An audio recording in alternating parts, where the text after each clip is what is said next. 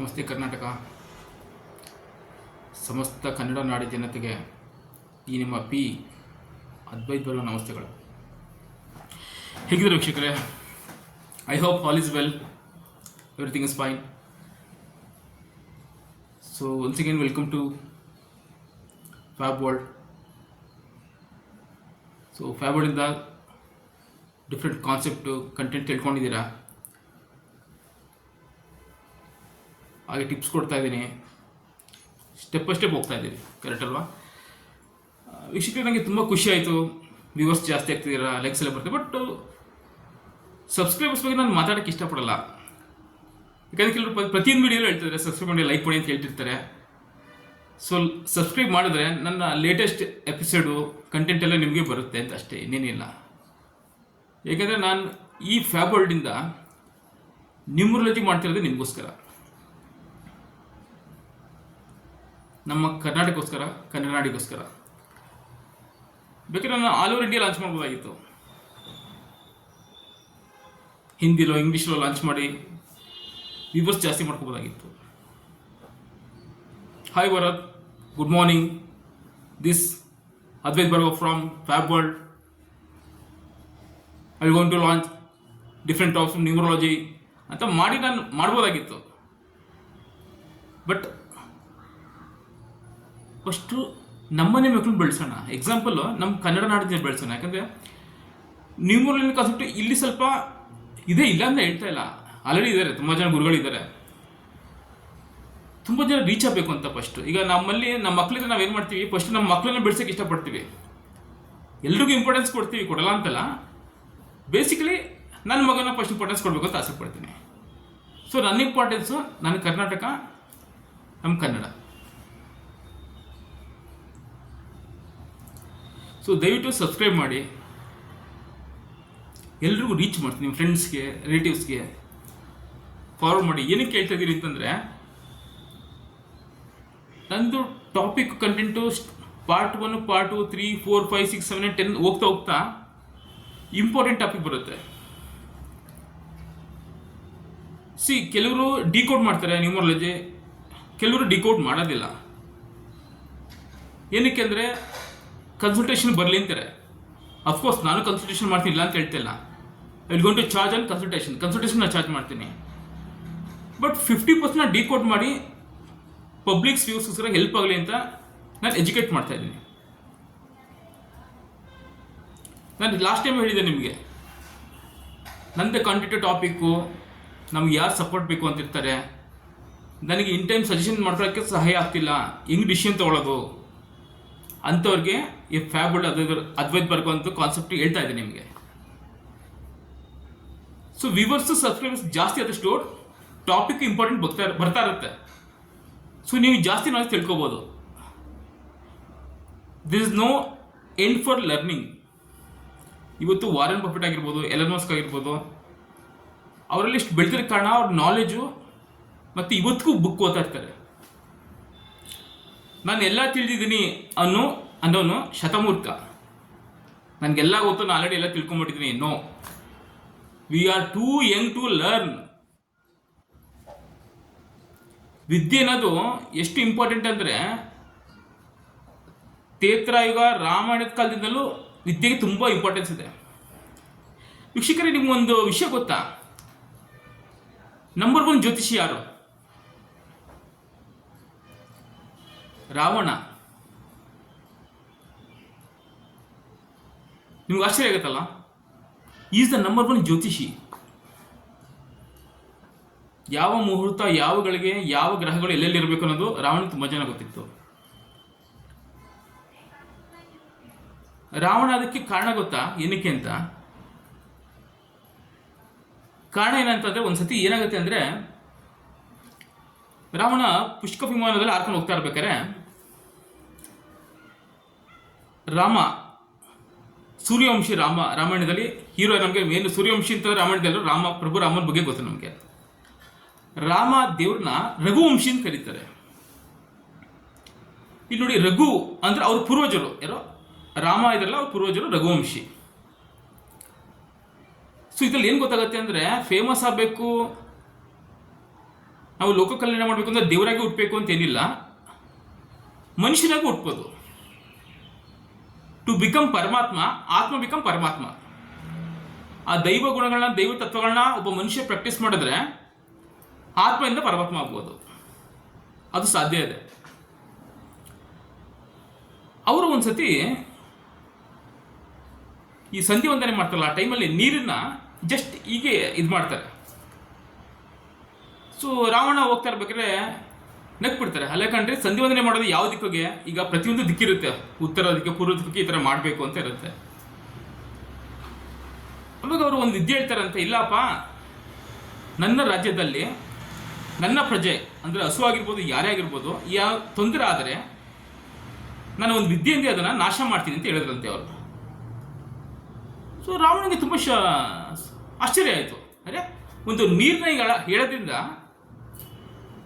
ಅದು ಹಿಂಗೆ ರಕ್ಷಣೆ ಮಾಡ್ತಾರೆ ಅಂದ್ಬಿಟ್ಟು ಕಾಡಲ್ಲಿ ಹೋಗಿ ನೋಡಿದಾಗ ಒಂದು ಸಿಂಹ ಸತ್ತು ಬಿದ್ದಿತ್ತು.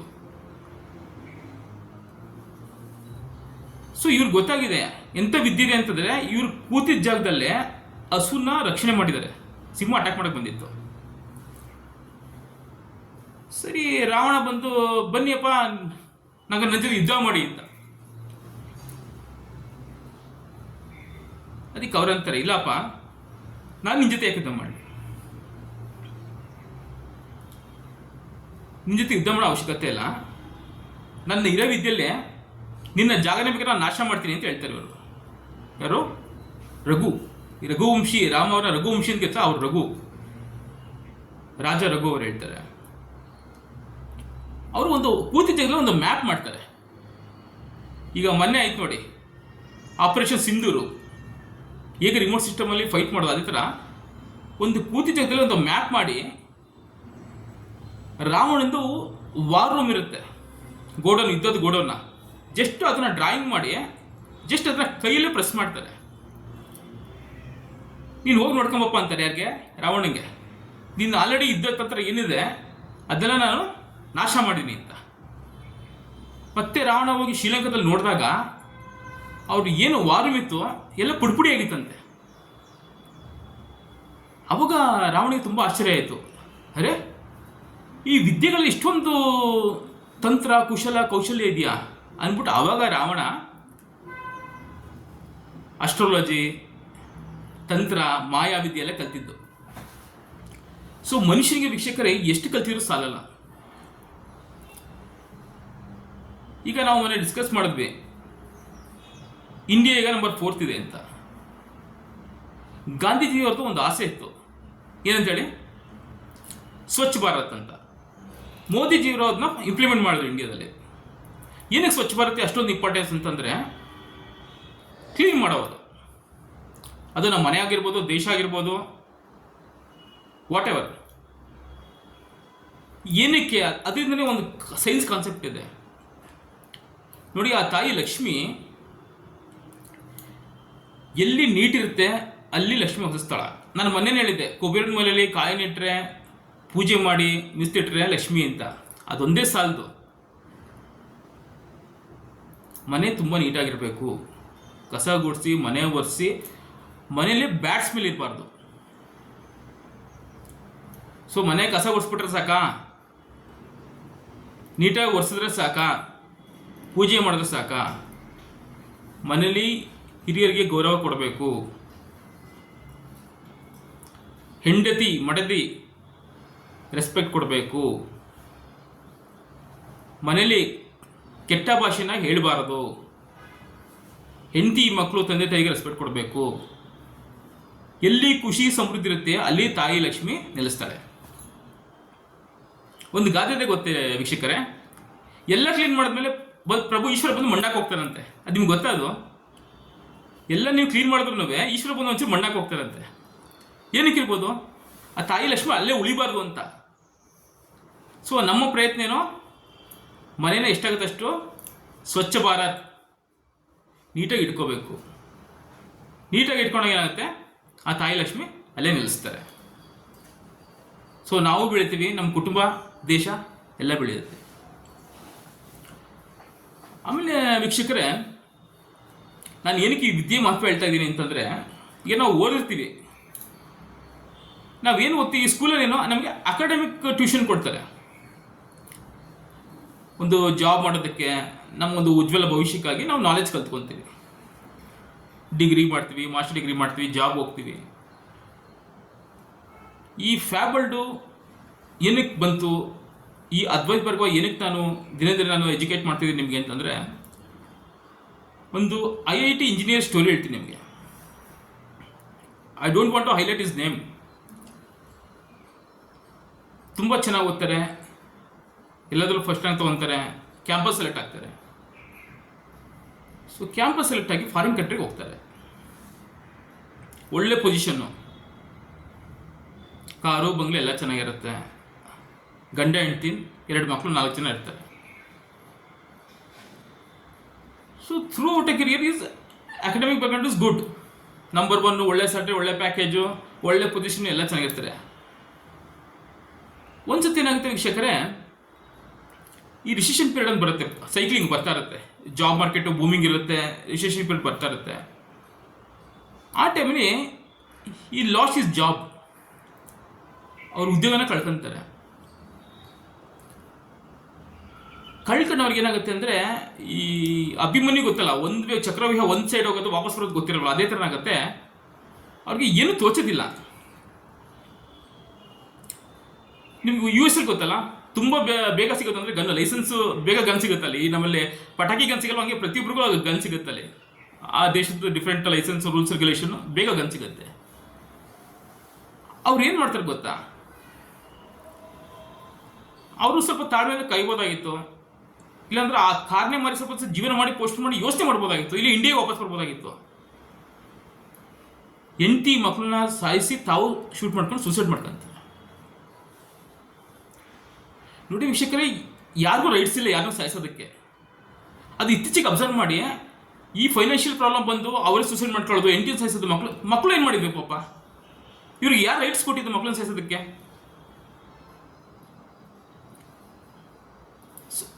ಸೊ ಒಂದು advantage, academic background is number 1, but you don't know how to survive in the life. ನಾವು ಅದನ್ನೇ ಹೇಳ್ತಾ ಇರೋದು ವೀಕ್ಷಕರೇ, ಮಕ್ಕಳು ಬರೀ ಸ್ಕೂಲ್ ವಿದ್ಯೆ ಸಾಕಾಗೋದಿಲ್ಲ, ಜಾಬ್ ಇರಲಿ, ಜಾಬ್ ಇಲ್ಲದೆ ಇರಲಿ, ನಾವು ಹೇಗೆ ಜೀವನ ಮಾಡಬೇಕು, ಹೇಗೆ ಬದುಕಬೇಕು ಅದನ್ನ ಮಕ್ಕಳು ಕಲಿಸ್ಬೇಕು ನಾವು. ಈ ಥರದ್ದು ಒಂದು ಕೇಸಲ್ಲ, ಸುಮಾರು ಕೇಸ್ ಆಗಿದೆ. ಆಮೇಲೆ ವೀಕ್ಷಕರೇ, ವರ್ಷಕ್ಕೆ 10 ರಿಂದ 15 ಲಕ್ಷ ಜನ ಮನೆಯ ವಾರಸ್ದಾರರು, ಅಂದರೆ ಮೇನ್ ಡಾಮಿನೇಟೆಡ್ ಮೇಲು, ದಿ ಕಮಿಟ್ ಸೂಸೈಡ್. ಫ್ರಸ್ಟ್ರೇಷನ್ ಆಗಿರ್ತಾರೆ, ಅಯ್ಯೋ ನಾನು ತಂದೆ ತಾಯಿ ನೋಡ್ಲಾ, ಹೆಂಡತಿ ಮಕ್ಕಳು ನೋಡ್ಲಾ, ಮ್ಯಾನೇಜ್ ಮಾಡೋಕ್ಕಾಗಲ್ಲ. ಡಯಾಬಿಟಿಕ್ಕು, ಹಾರ್ಟ್ ಪ್ರಾಬ್ಲಮ್, ಶುಗರು ಅಂತ ಸಾಯೋದಲ್ದೇ ಚೆನ್ನಾಗಿರೋ ಸೂಸೈಡ್ ಮಾಡ್ಕೊಂಡು ಸಾಯ್ತಾ ಇದ್ದಾರೆ. ಇವತ್ತು ಕಾಸ್ಟ್ ಆಫ್ ಲಿವಿಂಗ್ ಹೆಂಗಿದೆ ಅಂತಂದರೆ, ಒಬ್ಬ ವ್ಯಕ್ತಿ 16,000 ಸಂಪಾದನೆ ಮಾಡ್ತಾನೆ ಅಂತಂದರೆ, ಇವನ್ ಸೈಕಲ್ ಹೊಡ್ಕೊಂಡು ಒಂದು ಜೀವನ ಮಾಡೋಕ್ಕಾಗಲ್ಲ ಇವತ್ತು. That is what cost of living. Life is not so easy. ನಾನು ಏನಕ್ಕೆ ನ್ಯೂಮರಾಲಜಿ ಬಗ್ಗೆ ಇಷ್ಟು ಡೀಪ್ ಆಗಿ ನಾನು ನಿಮ್ಗೆ ತೋರಿಸ್ತಾ ಇದ್ದೀನಿ ಅಂತಂದರೆ, ಏನೋ ಒಂದು ಪ್ರೋಗ್ರಾಮ್ ಲಾಂಚ್ ಮಾಡಿದಾಗ 9 ಗ್ರಹ ಇದೆ, 9 ಲಕ್ಕಿ ಡೇಟು, ಲಕ್ಕಿ ಟೈಮು, ಅದೆಲ್ಲ ನಾನು ಡಿಸ್ಕಸ್ ಮಾಡ್ತೀನಿ ಸ್ಟೆಪ್ ಬೈ ಸ್ಟೆಪ್ಪು. ಏನಕ್ಕೆ ಹೇಳ್ತಾ ಇದ್ದೀನಿ ಅಂತಂದರೆ, ತಾಳ್ಮೆಯಿಂದ ಸಬ್ಜೆಕ್ಟ್ ತಿಳ್ಕೊಳ್ಳಿ. ಏನಕ್ಕೆ ನಾವು ನ್ಯೂಮರಾಲಜಿ ಅಡಾಪ್ಟ್ ಮಾಡ್ತೀವಿ? ನಾನು ಪದೇ ಹೇಳ್ತಾ ಇದ್ದೀನಿ, ನೀವು ಯಾರು ಅದ್ವೈತ್ ಮಾರ್ಗವನ್ನು, ಯಾರು ಫ್ಯಾಬಲ್ನ ಫಾಲೋ ಮಾಡ್ತೀರಾ, no need to worry about future. ನಾನು ಪಾಮಿಸ್ಟ್ರಿನೂ ಪ್ರಾಕ್ಟೀಸ್ ಮಾಡ್ತಿದ್ದೆ, ತಿಳ್ಕೊಂಡಿದ್ದೆ. ನಾನು MBA ಓದ್ತಾ ಇರ್ಬೇಕಾದ್ರೆ ನಮ್ಮ ಕ್ಲಾಸ್ಮೇಟ್ಸ್ಗೆಲ್ಲ ಹೇಳಿದೆ, ಅಷ್ಟು ಜನ ಕೆಲವರು ನಿಜ ಆಗಿತ್ತು. ಬಟ್ ಅವಾಗ ನ್ಯೂಮರಾಲಜಿ ಬಗ್ಗೆ ಸ್ವಲ್ಪ ಅಷ್ಟು ನಾಲೆಜ್ ಇರಲಿಲ್ಲ ನನಗೆ. ಸೊ ಎಷ್ಟು ಪ್ರಾಕ್ಟಿಕಲ್, ನಿಮ್ಗೊಂದು ಎಕ್ಸಾಂಪಲ್ ಕೊಡ್ತೀನಿ ತಿಳ್ಕೊಳ್ಳಿ ವೀಕ್ಷಕರೇ. I born in the date of 11, so I belongs to moon. ನಾನು ಹಿಂದೂಸ್ತಾನ್ ಲಿವರ್ ಅಂತ ಒಂದು ವಾಟರ್ ಪ್ರಾಜೆಕ್ಟ್ ವರ್ಕ್ ಮಾಡಿದ್ದೆ, ಪ್ಯೂರಿಟಿ ಅಂತ ಅಂದ್ಬಿಟ್ಟು. ಓಕೆ, ಸ್ಯಾಲ್ರಿ ಓಕೆ ಎಲ್ಲ ಆಯಿತು. ಐ ಒನ್ ನ್ಯಾಷನಲ್ ಅವಾರ್ಡ್, ಅದು ತುಂಬ ಚೆನ್ನಾಗಿ ಬೆಳೆದೆ. ಸೊ ಇಂದ ನಾನು ಟೆಲಿಕಾಂ ಫೀಲ್ಡಿಗೆ ಬಂದೆ. ಟೆಲಿಕಾಂ ಫೀಲ್ಡಲ್ಲಿ ಮಲ್ಟಿಪಲ್ ಸ್ಯಾಲರಿ ಸಿಕ್ತು ನನಗೆ. ಬಟ್ ರೆಕಾಗ್ನಿಷನ್ನು ಎಂಜಾಯ್ಮೆಂಟ್ ಎಲ್ಲ ವಾಟರ್ ಬಿಸ್ನೆಸ್ ಸಿಕ್ತು ನನಗೆ.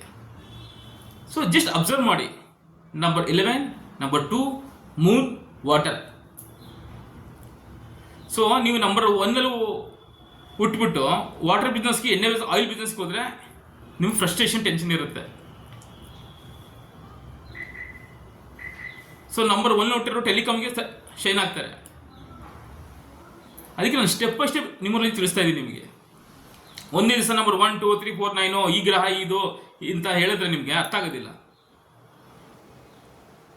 ಈ ನೋಡಿ ಎಕ್ಸಾಂಪಲ್ ಕೊಡ್ತೀನಿ. ನಂಬರ್ 5ನ ಕೆಲವರು ಶೇರ್ ಮಾರ್ಕೆಟ್ ಯೂಸ್ ಮಾಡ್ತಾರೆ ಲಕ್ಕು ಅಂತ, ಅದು ನಿಜ ಇರ್ಬೋದು. ಬಟ್ ನಾವು ಮನೆಗಳಿಗೆ ನಂಬರ್ 1 ನೋಡಿದಾಗ ಲಕ್ಕಿ ನಂಬರ್ ಅದು ಬರ್ತೇಳಿ 1, 2, 3, 6, 8, 9, 4, 7, 4, 5, 7 ಮನೆ ನಂಬರ್ ಇರಬಾರ್ದು ಆಸ್ ಪರ್ ನ್ಯೂಮರಾಲಜಿ. 4 ಅಂದರೆ ರಾಹು, 5 ಅಂದರೆ ಬುಧ. ಬುಧ ಏನೋ ನಪುಂಸಕ ಗ್ರಹ, ಮಂಗಳಮುಖಿಯರು. ನಂಬರ್ 5 ಮಕ್ಕಳಾಗೋದಿಲ್ಲ. ನಂಬರ್ 7 ಕೇತು, ಸ್ಪಿರಿಚುವಲ್ ಪವರ್, ಏನೂ ಬೇಡಪ್ಪ ಅಂತ ಹೊಡಾಬಿಡ್ತಾರೆ. ಮನೆ ನಂಬರು ಅಷ್ಟೇ ತುಂಬ ಇಂಪಾರ್ಟೆಂಟು, ಪ್ರಭಾವವಿರುತ್ತೆ ನ್ಯೂಮರಾಲಜಿ. ಸೊ ಇವತ್ತು ಲಕ್ಷ್ಮೀ ಬಗ್ಗೆ ದೇವ್ರಿಗೆ ಟಿಪ್ಸ್ ಕೊಟ್ಟಿದ್ದೀನಿ. ಮನೆ ನಂಬರ್ದು ನ್ಯೂಮರಾಲಜಿ ಡಿಸ್ಕಸ್ ಮಾಡಿದ್ದೀವಿ. I hope all is well. ಇನ್ನೂ ನಂಬರ್ ಪಾರ್ಟ್ 5 ಕಂಪ್ಲೀಟ್ ಆಗಿ ನಿಮಗೆ ನಾನು ತಿಳಿಸ್ತಾ ಬರ್ತೀನಿ. Just wait and watch. Thanks to all the Karnataka people.